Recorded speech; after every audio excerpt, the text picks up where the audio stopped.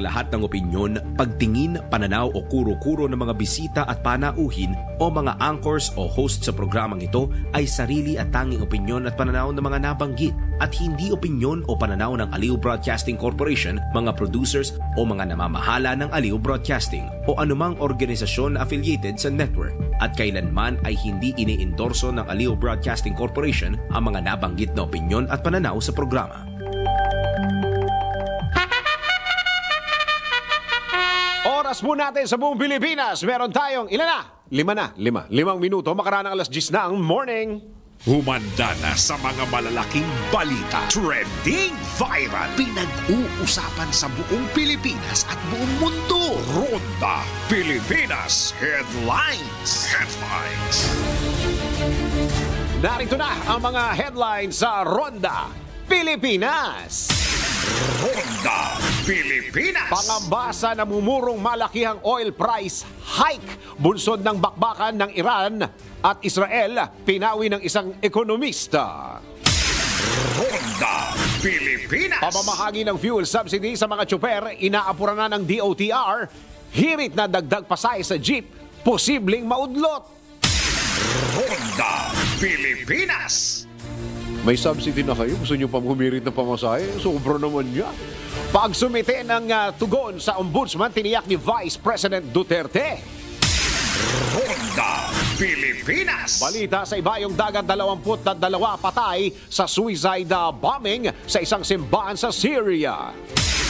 Ronda Pilipinas. Tikas Kapampangan at Taguig Generals na mayagpag sa NBL Governors Cup. Ronda Pilipinas. May bagyo na naman po sa labas ng bansa. Papasok ba ito at mamemerwisyo ngayong huling linggo ng June? Alamin sa live weather report ni Daryl Justin. Ronda Pilipinas. At Ronnie Liang, biktima na rin siya ng deep fake video. Ronda Pilipinas. Patagong nagpag-record ng usapan at walang pahintulot ng kausap mo? Alamin mamaya sa NBI, naku, bawal ito. Ronda Pilipinas. Totoo nga ba na kapag biglang naging abala ang partner mo sa overtime o trabaho, posibleng may, ibang dahilan? Alamin. Ronda Pilipinas. At DSWD may educational assistance daw? Is it a fact or fake? Alamin.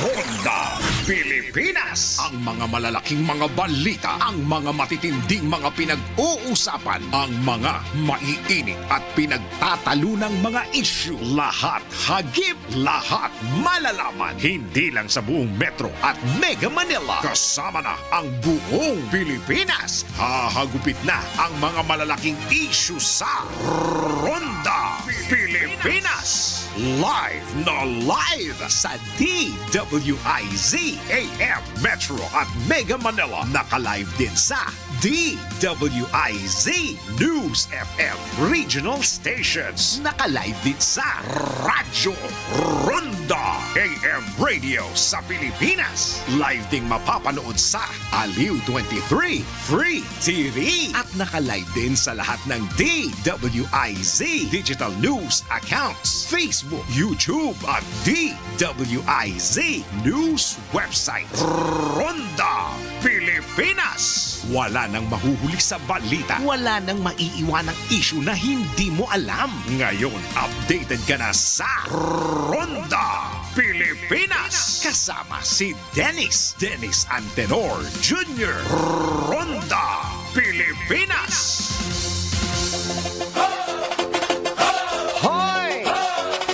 Yung ibang mga estudyante, ngayon lang ang pasukan, di ba? Yes, today. Pero yung iba, last week pa, di ba? Last week pa yata. So, happy back to school. Happy first day sa inyo. Sa amin sa Bacoor, walang pasok kasi Bacoor Day. Bacoor Day ngayon. Pero sa buong probinsya ata, nag-declare ng suspension kagabi Sa Cavite? Cavite. Dahil sa inaasahang sama ng panahon. Sa Maynila ba? Wala pa rin? Wala. Suspension, wala. Malas nyo. Kasi yung mga, alam mo, malas talaga ng mga natutulog na mayor. Oo. Lalo na yung mga talunan. Oo. Wala. Ang gagawin na lang nila, ilang araw na lang ba? Ano na ngayon 23. Ano tawag doon? May tawag doon, parang lame duck, di ba? Parang lame duck, diba? Oo. Okay, balikan lang natin. Pag-uusapan po natin yung regarding dito sa pagtataas ng presyo ng produktong petrolyo bukas. Ayan, kaya yun yung tugtog mo, gasolina. Bukas na. Yung sinasabi ho ng LTFRB na dagdag piso 'yun, 'di ba? Dagdag piso dito sa pamasahe, wala na ho 'yun. Wala na. Kasi may na kayo may ayuda na kayo sa pasada, di ba?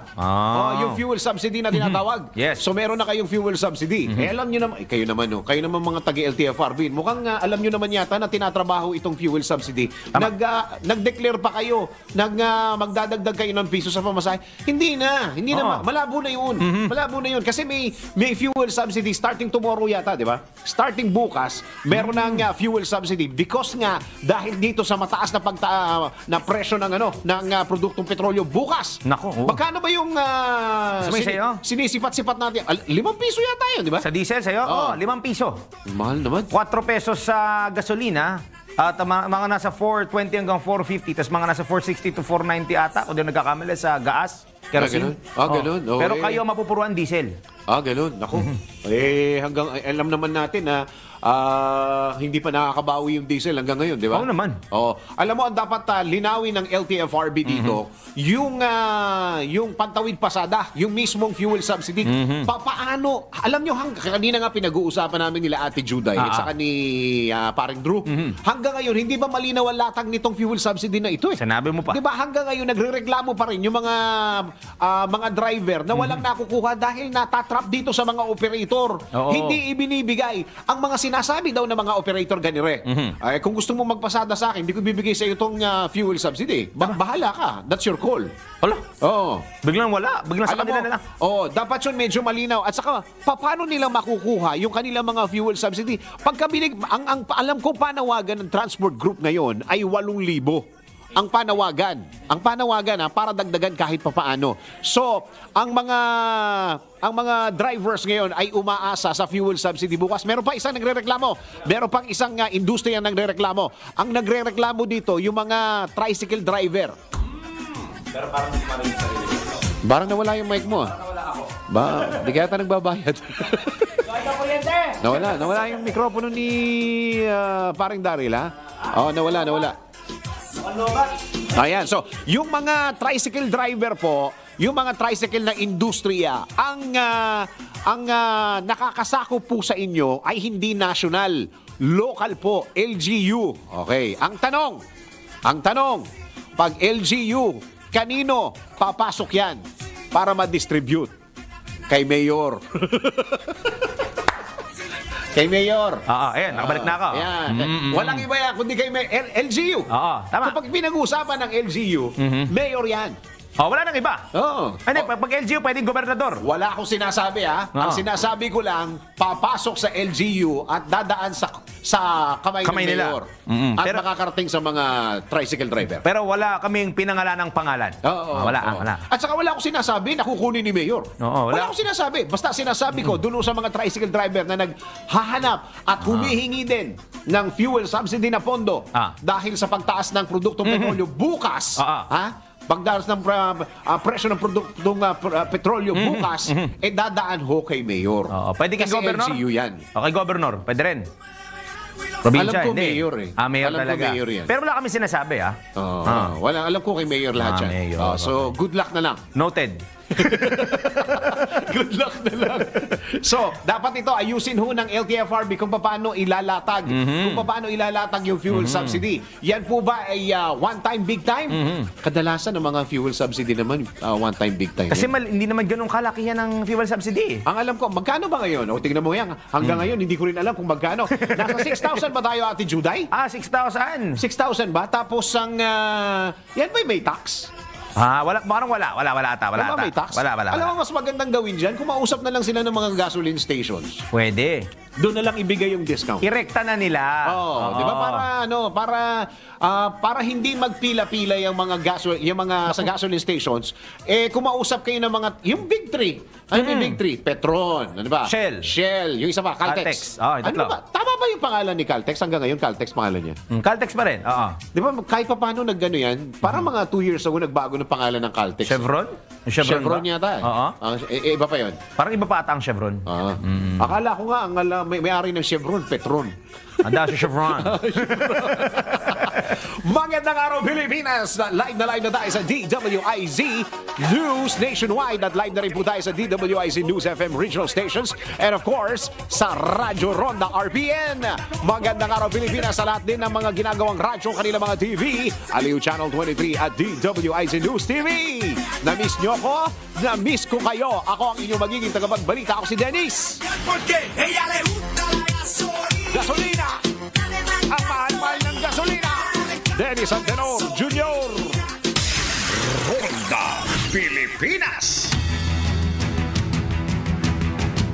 Sa detalye ng mga balita, kakayanin pa ng pamahalaan ang patuloy na pagtaas ng mga produktong petrolyo sa gitna ng nagpapatuloy na bakbakan sa pagitan ng Israel at Iran. Sa panayam ng DWIZ, pinawi ni economist Michael Ricafort ang pangamba ng publiko na posibleng mas tumaas pa ang presyo ng langis. Kaya maramdaman ng transport sector ang patuloy na oil price hike na magiging dahilan ng kanilang pagkalugi.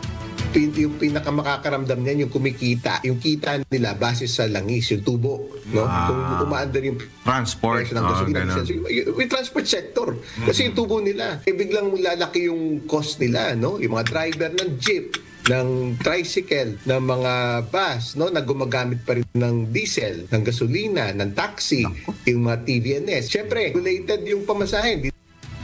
Inirekomenda naman ng ekonomista na gumamit na lamang ng mga dekuryenteng gamit kumpara sa langis. Shift to renewables, no? Dati na ginagawa yan. Yung reliance po ng ekonomiya natin sa gasolina, sa diesel, nabawasan na. Maybe except sa mga sasakyan kasi marami pa rin pong gumagamit ng diesel at gasolina. Pero yun, nagkakaroon na po electric, di ba?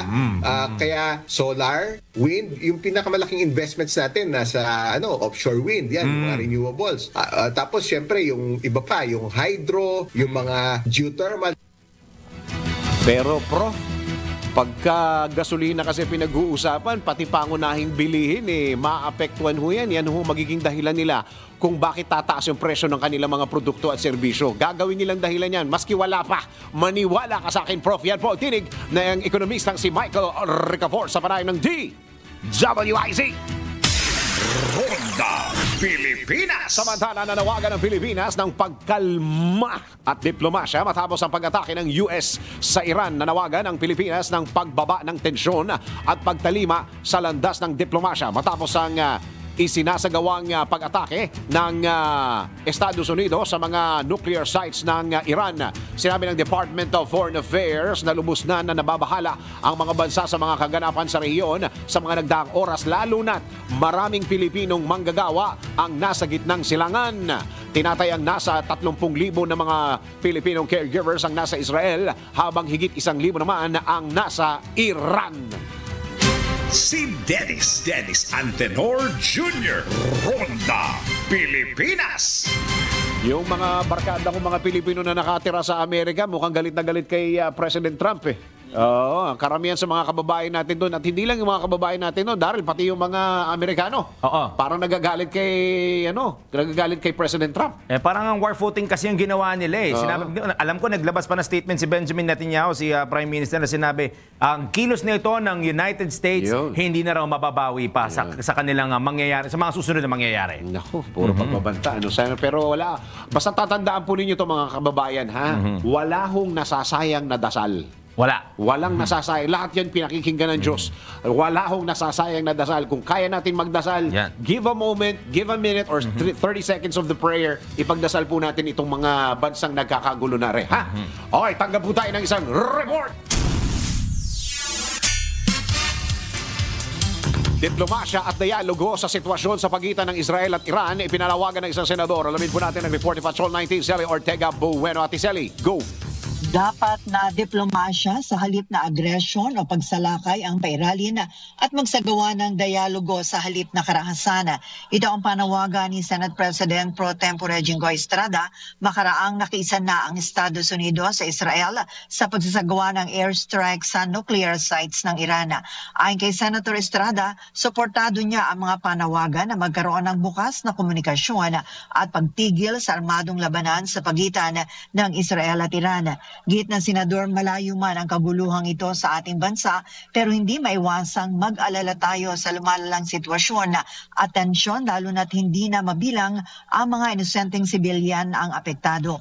Kabilang na sa mga apektado ang ating mga kababayan na naninirahan at nagtatrabaho sa gitnang silangan.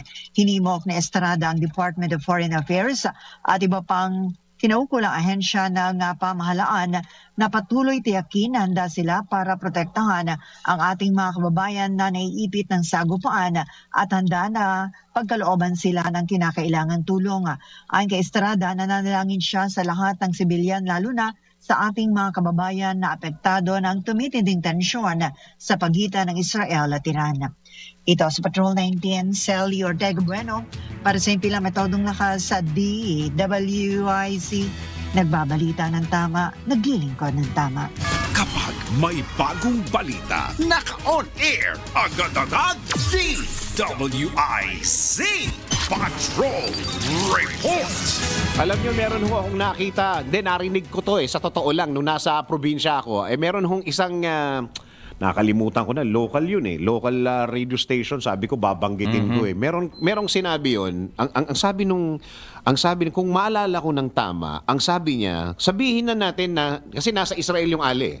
Nasa Israel. So ngayon, ang sabi nung Ale, sabihin na natin na uuwi ako dyan sa Pilipinas. Tama. Uuwi ako ng Pilipinas. Okay. At maibigay ng gobyerno for a total of, kanina nag-research ako, parang kahit pa paano, aabot siya ng 150,000, parang ganon. Yung tulong ng gobyerno sa kanya. Pag uwi niya, galing sa mga nagkakagulong bansa ito. Sabi niya, yung 150,000, mauubos mo na yan 3 to 4 weeks. Exactly. Ano na mangyayari sa amin? Sa akin, siguro unsolicited, lalong-lalo na doon sa mga kamag-anak o mismo doon sa OFW. Ako, pag ko kayo binigyan ng 150,000, magkaroon tayo ng isip na negosyante. Alam mo yun? Business mindset. Oo, kasi yung 150,000, kung tutuusin yung mga simpleng negosyante, yan po'y inuutang Oo. At pinaiikot. Itong ibibigay sa inyo ng gobyerno, bigay ito Exactly. Bigay ito. Ngayon, kung kung ikaw tatanungin ko, palagay ko naman ayaw mo na rin pumunta sa ibang bansa at gusto mo na rin makasama yung pamilya mo, why not use the 150,000 to start a business? Exactly. 150,000 is 150,000, ate. Hindi nyo ba? makukuha yan sa loob lang ng ilang linggo. Hindi nyo makukuha. Yung iba nga, hirap pa makuha yan sa loob ng 1 taon Tama. At yung iba, balikan ko lang yung sinasabi ko kanina, Darila, yung iba willing utangin yung 150,000 para paikutin sa negosyo. Yun. Pero ito hong binibigay ng gobyerno. Sabihin mo na 100,000. Alisin mo na yung 50. Di ba? Sabihin na natin yung 50 gagamitin sa, alam mo na, pag sa lubong, yung kain sa labas, sabihin mo na. Yung 100,000, paikutin natin. Kayang-kaya? Alam mo, sa totoo lang, pwede tayong, sino bang, Ate Juday, pagbigyan mo nga ako, maski sa Friday, kakausap nga ako ng isang eksperto na dun sa, bigyan mo ako ng isang eksperto na tipong kayang paikutin yung 50,000 at saka 100,000 sa pamamagitan ng negosyo. Para itong mga babalik na ito at bibigyan ng ayuda ng gobyerno na 100 to 150,000 magkaroon ng pag-iisip ng negosyante. Tandaan nyo, hindi Diba? utang yon. Oo. Pag binigay sa inyo yan, wala kayong isipin na kailangan kong bayaran to sa gobyerno. Yan. Binigay sa inyo yan. Oo. So, samantalahin nyo na. Papuntahin mo nga yung eksperto na yan sa Webes. Total, wala ako sa Webes So akin yun na. Ayos Hindi, siguro sa Friday, Ate Jude. Siguro sa Friday, Ate Jude, para itong mga uuwi na ito ay bumukas yung pag-iisip nila na meron silang hawak na pera na pwedeng paikutin at magkaroon ng utak negosyante. Maging MSME. Oo, Yun. di ba? Baka gusto nyo na rin mamalagi dito sa Pilipinas at makasama ang inyong mga pamilya. Maging magandang dahilan Diba? yun. Para stuck na sila dito, hindi na sila mapapalayo. Wala nang panganib dun sa mga kamag-anak nila may iwan. Correct, oo. baka lang ha, pagbigyan mo ako Ate Juday, maski ngayong Friday. Friday, ha? Oh, Friday ha, para makausap tayo ng o makakausap tayo ng isang eksperto na pwedeng paikutin yung. Alam mo, sa totoo lang, as low as 10,000, pwede mo nang paikutin yun. Oo naman. Diba? 10,000, 20,000, 50,000, 100,000, 150,000. Kung ano yung mga negosyo na pwedeng simulan, baka sa Friday pwede tayong mag-imbita. Friday. Live na live, ha? Friday. Live na live via satellite, ha? Ayan. Kung hindi naman, Zoom. Alamin na natin ang ating weather report. Go! Pinakahuli, pinaka-latest, pinaka-napapanahon. Whether we like it or not, ito ang magiging DWIZ Weather Report. Narito na ang announcer na hindi nang bibitin. Iyon. Atin ang alamin kay Daryl Justin. Namiss ko itong laruan kunto. Tagal ko hindi nag-weather dito. Sige, dako na nga tayo. Ay, nakakatakot kasi dito. Ayan, tingnan mo. Namiss ko nga. Ayaw naman magpapindot. Ayaw mandar. Ayan. Hindi, aandar yan. Umandar bigla, di ba? Eto, baka magulanta kayo on a Monday morning. Ang balita namin, may bagyo po. May bagyo na nasa labas ng Philippine Area of Responsibility. Lilipat lang dito sa kabilang side. Isa na po itong ganap na tropical storm. At ang pangalan po nito, may international name na Sepat. Dating LPA po ito simula kagabi. Pero bigla na siya nag-evolve bilang isang tropical storm o bagyo. Huli itong namataan sa layong halos 2,000 kilometro hilagang silangan ng extreme northern Luzon. May lakas ng hangin na aabot sa 65 Ano pangalan? Sepat. Nasa labas mo ba yan? Nasa labas. So sinisilip-silip niya, sinisipat-sipat pa lang. Sinisipat-sipat pa lang ni Sepat ang Pilipinas.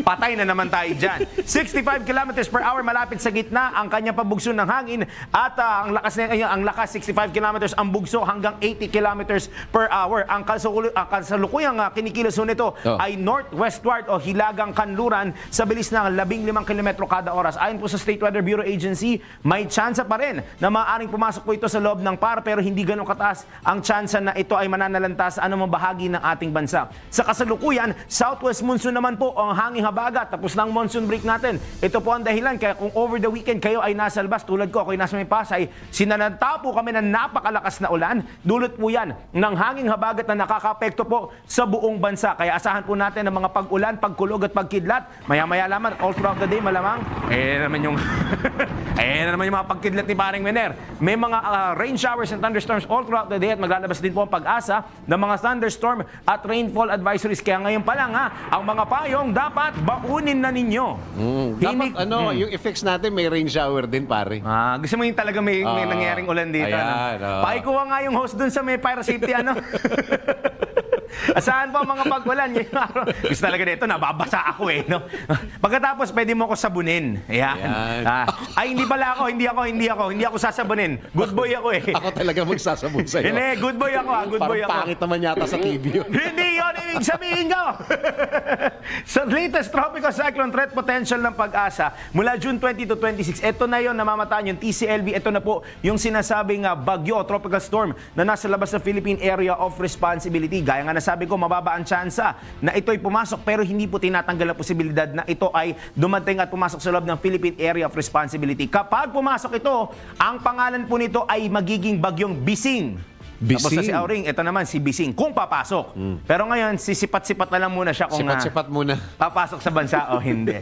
Mula sa week ng June 27 hanggang July 3, meron na naman isang TCLV. At ito, nakikita na maaaring pumasok sa loob ng Philippine Area of Responsibility o PAR, pero mababa po ang chance na maging LPA o bagyo. Diretso muna tayo sa ating 3-day weather outlook sa Baguio City. Mga thunderstorms magpapatuloy hanggang sa araw po ng Huwebes, 16 hanggang salamat sa kulog, 16 hanggang 24 degrees Celsius ang agwat ng temperatura. Sa Legazpi City naman sa Albay, 25 to 32 degrees. May mga pag-ulan bukas pero thunderstorms mula Wednesday hanggang Thursday. At sa Naga naman, cloudy skies bukas. May chance na pagsikat ng araw sa Wednesday pero magiging maulan po ang Thursday. Lamig sa Baguio. Lamig mo nga, ibalik mo nga. Balik natin. Nasa Baguio. Nasa Baguio. Ang pinakamababa ay 16. Umuulan na yung lagay na yan. Thunderstorms. So may mga pag-ambon, pag-ulan. Lamig. Ganda. Magdala kayo ng, huwag kayong magdala ng a friend, ha? May kilala ko doon, nagdadala, Baguio with a friend. Tapos yung friend niya, hindi pala friend. Sige. Di ba, mahuhuli rin? Hindi, nahuli na. Tagal-tagal na nung issue na yun eh. O, Visayas naman tayo. Iloilo City. Tuloy-tuloy ang mga isolated rains and thunderstorms, 25 to 31 degrees. Tacloban naman, ganun din, same weather conditions. Salamat talaga sa mga pagkulog. Hinihintay ko na lang yung, alam yung sprinkler ng ano dito, fire alarm, yung biglang babagsak. Yun, hinihintay ko para umulan dito. Gusto mo gawan ko ng paraan? Okay sa akin, basta ready ka mabasa. Tacloban po, 25 hanggang 32 degrees. Kalibo naman, 25 hanggang 31 degrees. Magkahalong ulan at init. At sa Mindanao naman po natin, General Santos, isolated rains and thunderstorms. Pero mga pag-ulan mula Wednesday hanggang Thursday. Sa Cagayan de Oro, same weather conditions pero sa Wednesday, puro pagkulog, pagkidlat pa rin ang inaasahan. At sa Zamboanga naman, lumakas na bigla ang kidlat mo, ayos ha. Zamboanga naman, mga pag-ulan at may konting chance ng pagsikat ng araw, 26 hanggang 30 degrees Celsius. Sumikat ang araw kaninang 5:29 ng umaga, asahang lulubog ito mamayang 6:28 po ng gabi. At yan na muna po ang aking latest weather report, whether you like it or not. Mabuti pa yung logo, mas matangkad sa akin, no? Kasi pag gumawa nito, si Daryl Justin, nagbabalita ng tama, naglilingkod ng tama. Pinakahuli, pinaka-latest, pinaka-napapanahon, whether we like it or not, DWIZ Weather Report. Ronda Pilipinas. Ito po isang reminder lang po sa lahat ng mga kababayan natin sa Pilipinas. Huwag pong matakot magpakonsulta sa tuwing makakaramdam kayo ng sakit ha. Baka kayo may nararamdaman na ha. Dahil po may PhilHealth na siguradong aalagaan ng kalusugan mo. Lahat tayo ay miyembro at sigurado sa benepisyo. Pumunta lamang sa mga accredited consulta package provider para makapag-avail ng consulta package. Para sa karagdagang impormasyon po, bumisita lamang sa kanilang website na www.philhealth.gov.ph at pindutin ang click to call icon na yan. Okay? Dahil Pilipino ka, may PhilHealth ka. Ito na yung mga balita at impormasyon sa Ronda Pilipinas. Kausapin na natin isang transport group. Gusto ko lang excuse me. Gusto ko lang alamin at saka malaman kung paano ba ang proseso nitong pantawid pasada na pondo. Ito ba ipupunta sa mga card nila? Tapos ipipresent na lang ba ito sa mga gasoline stations? One time, big time ba yan? Magkano ba yan? Kanino ba napupunta yan? Sa driver ba yan? O sa mismong operator? At kailan? Kasi bukas na. Di ba? Bukas na yung grabing taas ng produktong petrolyo. Nasa linya po natin ng presidente po ng Pasang Mazda, si Kaobet Martin. Yan, sukin na natin. Kaobet, magandang araw po. Ay, magandang umaga, Dennis, at sa ating mga nakikinig sa DWIZ. Opo. Pero palagay ko, ang umaga natin ay maganda, pero bukas hindi magiging maganda. Oo nga. Okay, Kaobet, tanong ko lang, magkano ba yung fuel subsidy na ibibigay po ng gobyerno? Bukas po yata ito mag-i-start? Well, doon sa nakaraan nating mga fuel subsidy, Opo. ang mga binibigay sa traditional jeepney 6,500. 6,500, Modern okay. jeep ay 10,000. Pakiulit po, nawala po kayo. 6,000.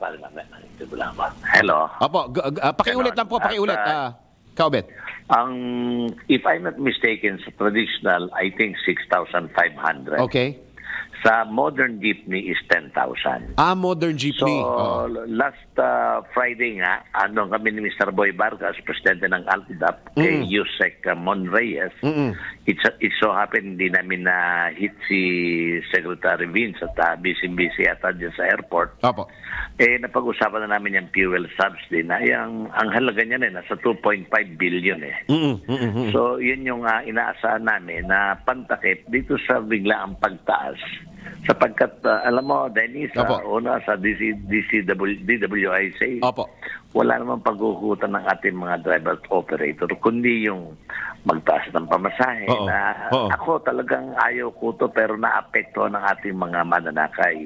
Subalit dito sa nangyayaring ito, last week, almost 2 pesos. So, again, babalik lang ako, mabago ako ng usapan. So, yan hopefully this week, i-grant na yung 1 peso provision increase na fixed na 1 peso. Wala na yung succeeding kilometer. So, matutuloy pa ba yun, Kaobet?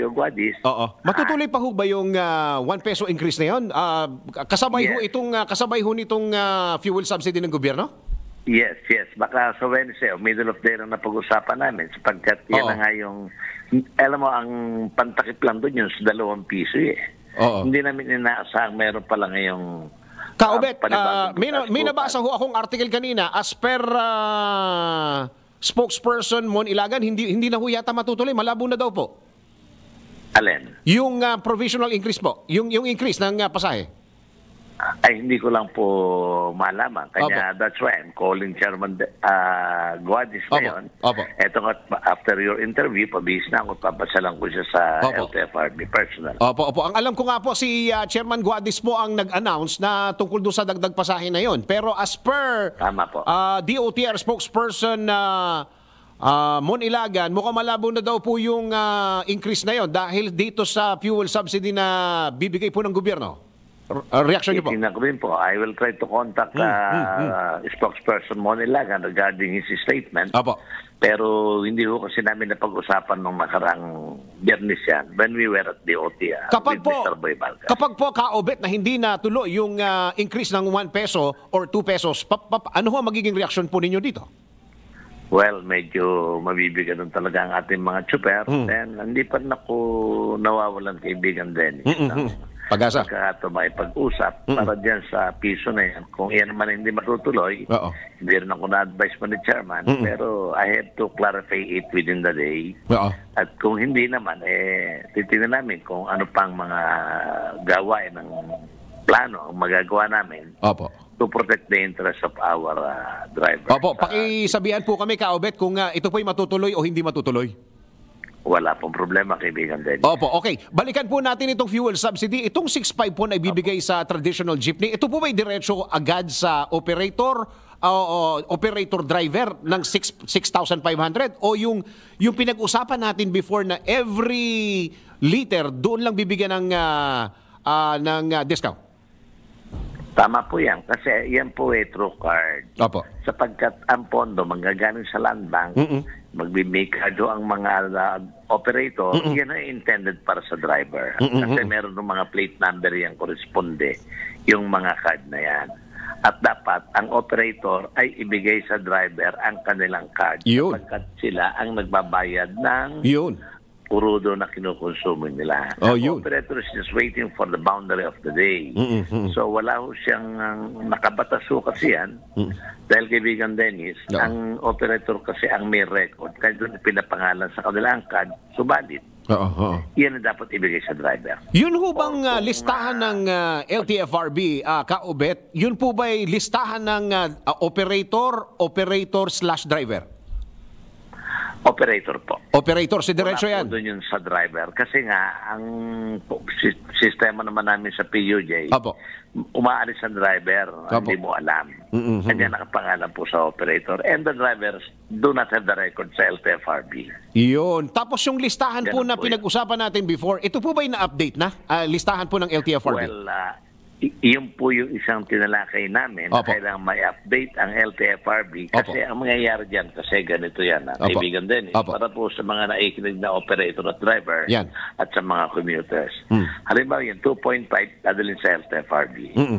Ang LTFRB dadalhin sa land bank yan. So ang land bank naman through card. Yan ho kasi sa mga gasoline station accredited, andun yung plate number, ibibigay ng driver ng card, o kargahan mo ako ng 10 liters today or 20 liters, ibabawas po doon sa card nila yon. Yun. Yung 6,500 na yon, Kaobet, mga ilang linggo ba ito? Aabot ba ng isang buwan ito? Siguro, kung ang consumption a day ng isang mixing route ay naabot na 1,000, di matagal-tagal din ho nilang gagamitin yan. Mga 2 months yan. 2 months din. Kung mga 2,000, sandali lang po yan. Mga 2-3 linggo lang yan.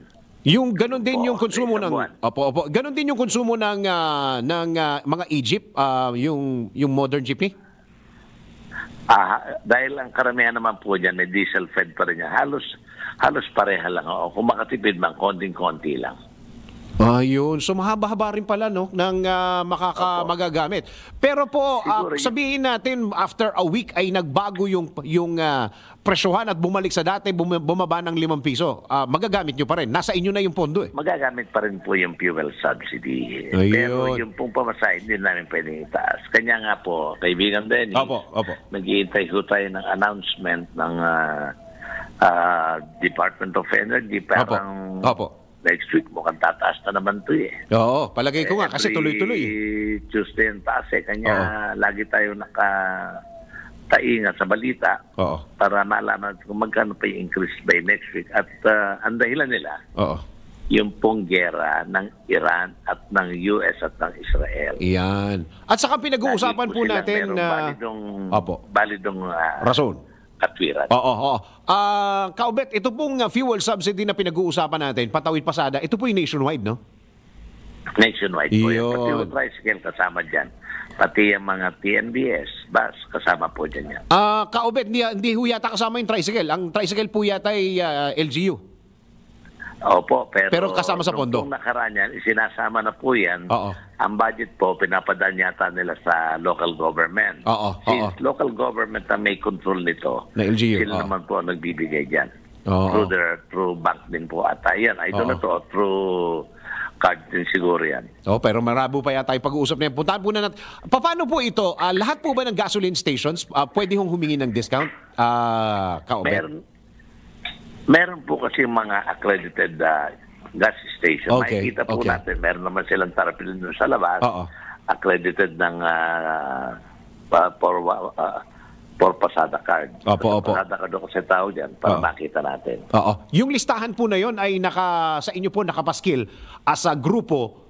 Pero sa website po ba makikita yon ng isang pangkaraniwan na jeepney driver?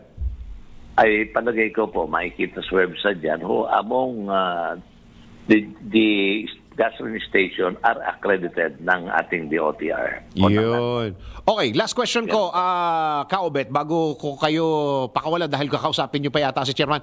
Yun hong pinag-uusapan natin na 1 peso at 2 peso increase, ito po yung final nyo na petition, not this year at saka last year. Kaubet, tama? Tama po yan. We filed that petition last 3 years ago. Sa 5 piso nga po yan. Pero ang na-approve na sa atin ay 2 piso, isang regular na piso, isang provisional increase na 1 peso. So out of that petition, doon din po namin ginamit yung 1 peso na provisional increase for this increase na ginawa po nila ng ating mga provider. So aside from the final nyo po na petition 2 to 3 years ago, wala pa ho kayong pinafile na bago? Wala po. Yun din po yung aming basis ng pag-ipag-ugnayan sa LTFRB. At nagkaintindihan na po kami doon nila Chairman Jojo Guadis. Yun. Okay, iintrigain lang kita ng konti, Kaubet, pagbigyan mo na ako. Pagka hindi binigay yung 1 peso to 2 peso increase na pinag-uusapan natin ngayon, paano mangyayari? Mag-i-strike ba kayo? Mag-uusap po kami. Mag-uusap. Paano the best thing for us to do. Kasi we have also to protect the interest of our members. Tama. Especially now that the prices are going up.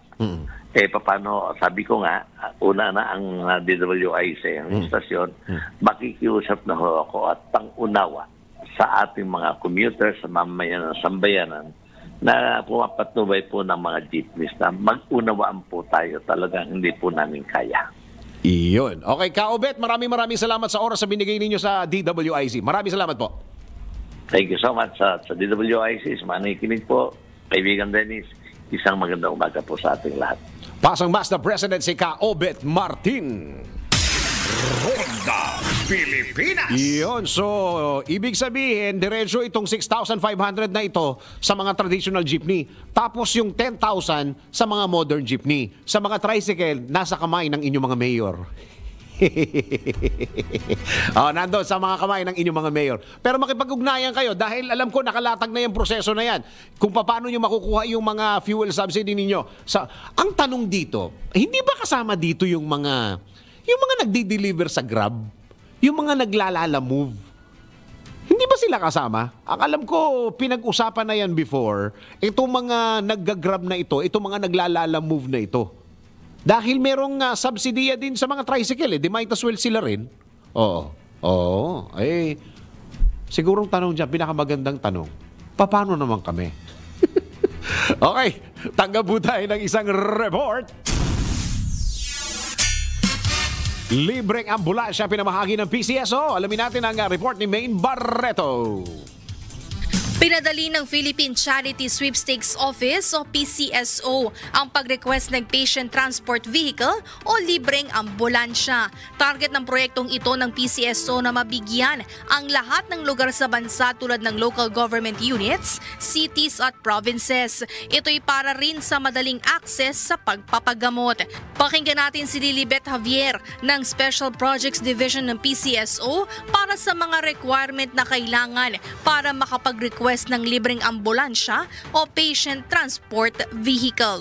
Unang-una po, gagawa po sila ng sulat. Yes. Naka-address po sa ating General Manager, Melquiades A. Robles. So, ang ating pong letter request, i-address po sa kanya. Pangalawa po, nangangailangan po na mag-submit sila ng profile po ng kanilang municipality o kaya ng kanilang city o kaya ng kanilang province.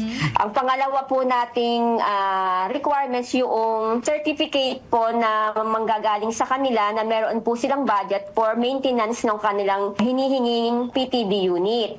Pangatlo naman po, yung sangguniang panlalawigan na resolution na nag-authorize na ang kanilang mayor o kanilang governor ang inaatasan na mag-receive at saka pumirma po ng deed of donation para po sa unit po ng ambulance. So yung apat na yun lang po naman yung ating requirements. So napakadali po para po sila makahingi ng tulong sa PCSO.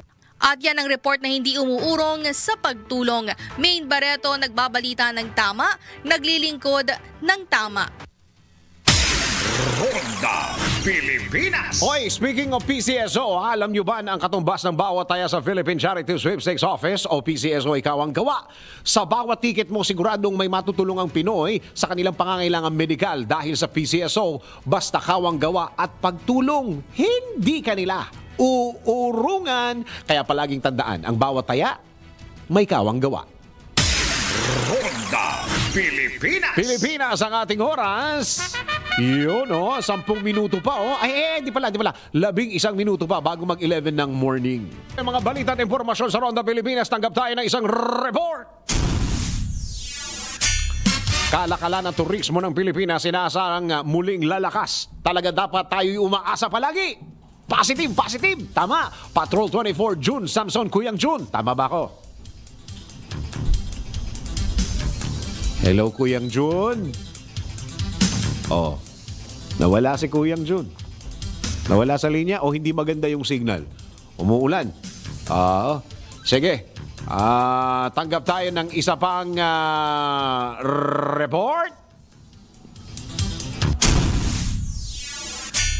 Agarang aksyon ng Ombudsman sa aligasyon laban pa kay VP Sara, patunay na mabigat ang mga nakalap na ebidensya. Alamin natin ang report ni Patrol 30 Jelly Mendez. Jelly, go!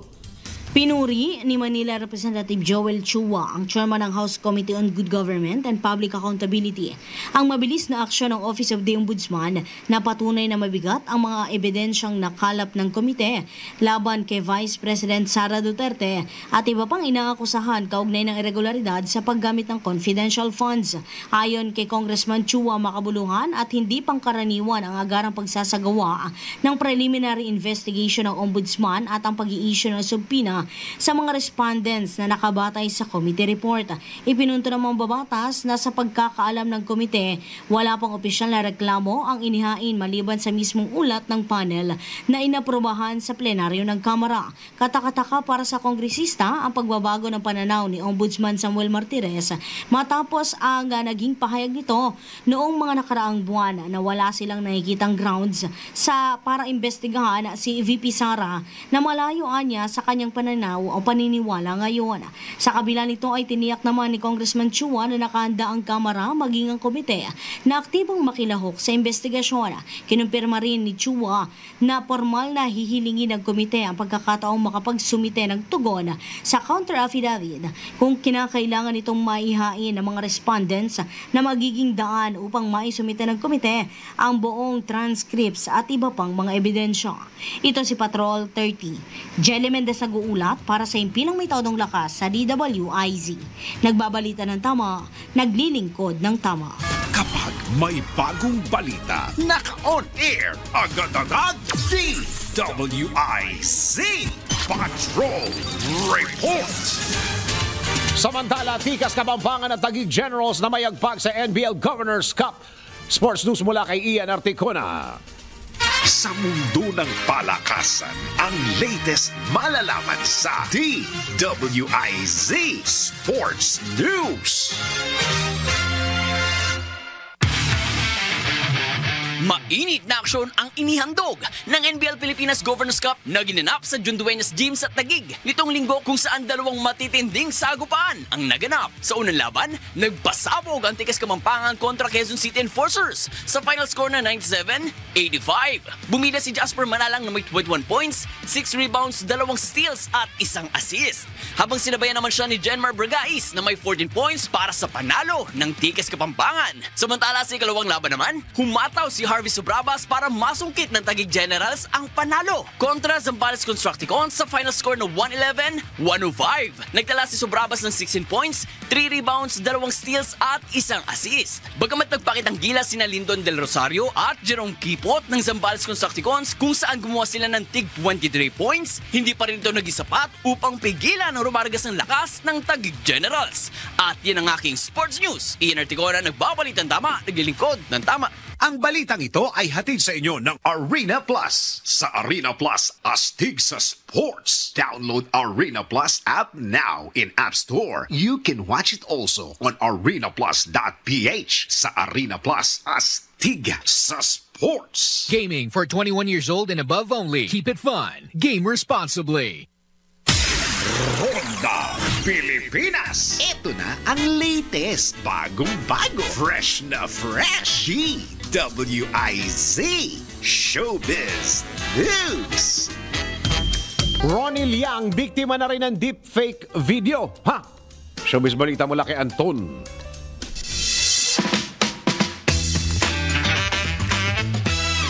Para sa aking balitang showbiz, babala, peking video, huwag maniniwala. Ito ang babala ng singer na si Ronnie Liang sa publiko kaugnay sa kumakalat na deepfake video kung saan ginamit ang kanyang mukha at boses para makapanloko ng mga tao. Ginawa ni Ronnie ang naturang babala sa pamamagitan ng kanyang Instagram account kung saan ipinost niya dito ang deepfake video at ang original na video na kanyang ginawa. Sa kanyang post, agad na pinalalahanan ng singer ang publiko sa paggamit ng scammer sa kanyang mukha at boses kung saan tila binabati niya ang isang fan. Ayon kay Ronnie, isa itong deepfake video na gawa ng AI or Artificial Intelligence. Nilagyan ni Ronnie ng caption ng kanyang naturang post ng babala, peking video, huwag maniniwala. Sinay pa rito na natakot siya sa nasabing video kung saan may mga natanggap na raw siyang reklamo na nakakuha ng peking pagbati ang kanyang mga kakilala at may mga nabiktima na rin. Dahil dito kaya't gusto man niyang balaan ng publiko na hindi siya kailanman gumawa ng video para manghingi ng investment sa crypto, pera sa panliligaw o magpasend sa bank account at e-wallets. At iyan aking balitang showbiz para sa impilang metodong lakas, DWIZ. Ako si Anton, nagbabalita ng tama, naglilingkod ng tama. Download Bingo Plus app now on Google Play and Apple App Store. Visit bingoplus.com to learn more with Bingo Plus. Bingo sa saya, plus sa panalo. Gaming is for 21 years old and above only. Game responsibly, make it fun.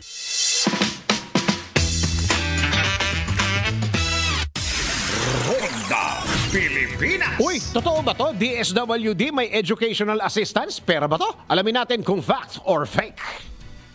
Sa pagsisimula ng klase, kaliwat kanan ang mga alok na scholarship at educational assistance. Kaya naman, nagtrending ang isang post mula sa page na DSWD Educational Assistance dahil may ayudang hatid daw ang DepEd. Sa loob lamang ng isang linggo ay nakakuha ito ng halos 5,000 reactions, mahigit 6,000 comments at 17,000 shares.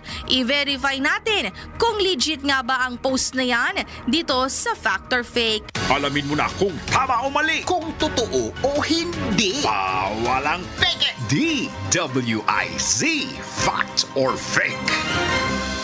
Sa trending post ng DSWD Educational Assistance page, kailangan lamang i-click at mag-sign up sa link na nakapost. Makakatanggap daw ang mga estudyanteng nasa elementary ng 2,000 pesos, 4,000 naman sa junior high school, 6,000 pesos sa junior high school at 8,000 pesos sa college. At may kasama pa daw yung school supplies at uniform. Pero kung i-click ang mga link na nakalagay sa naturang post, ay mapupunta lamang sa isang e-commerce website at posible pa itong manguha ng mahahalagang impormasyon na ilalagay dito. Kaya ang post ng DSWD Educational Assistance page patungkol sa mga scholarship o assistance ay fake. Para sa mga opisyal na anunsyo, magtungo lamang sa facebook.com/departmentofeducation.ph para sa DepEd at facebook.com/DSWD serves naman para sa DSWD. Para sa Fact or Fake, Maine Barreto, nagbabalita ng tama, naglilingkod ng tama. Huwag magpapaloko, huwag magpapagancho, huwag magpapaskam. Bawal! Bawal ang peke. DWIZ, Fact or Fake. Ronda Pilipinas. At bago tayo magpaalam, tayo muna magpatama quote of the day. Ang ating patama quote for the day: sa likod ng bawat pagsubok, may mas matatag na ikaw. Kaya, kaya mo yan. At yan ako ng mga balita at impormasyon sa Ronda Pilipinas. Ang tabayanan po ang susunod na programang Yes, Yo, Topacio with Attorney Ferdy Topacio and Miss Juvie de Guzman. Maraming salamat, Pilipinas. Ako ang iyong naging tagapagbalita. Ako si Dennis. Gasolina! Gasolina! Ay, di pa pumasok. Okay, so mag-ingat. Maraming salamat, Pilipinas. Ako ang iyong naging tagapagbalita. Ako si Dennis. Dennis Antenor Jr. Nagbabalita ng tama, naglilingkod ng tama.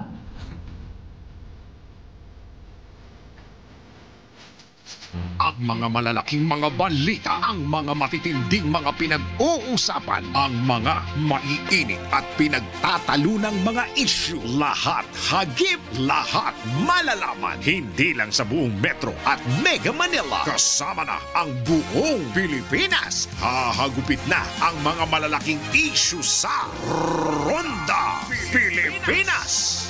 Live na live sa DWIZ AM Metro at Mega Manila. Naka-live din sa DWIZ News FM Regional Stations. Naka-live din sa Radyo Ronda AM Radio sa Pilipinas. Live ding mapapanood sa Aliw 23 Free TV. At naka-live din sa lahat ng DWIZ Digital News accounts, Facebook, YouTube at DWIZ News website.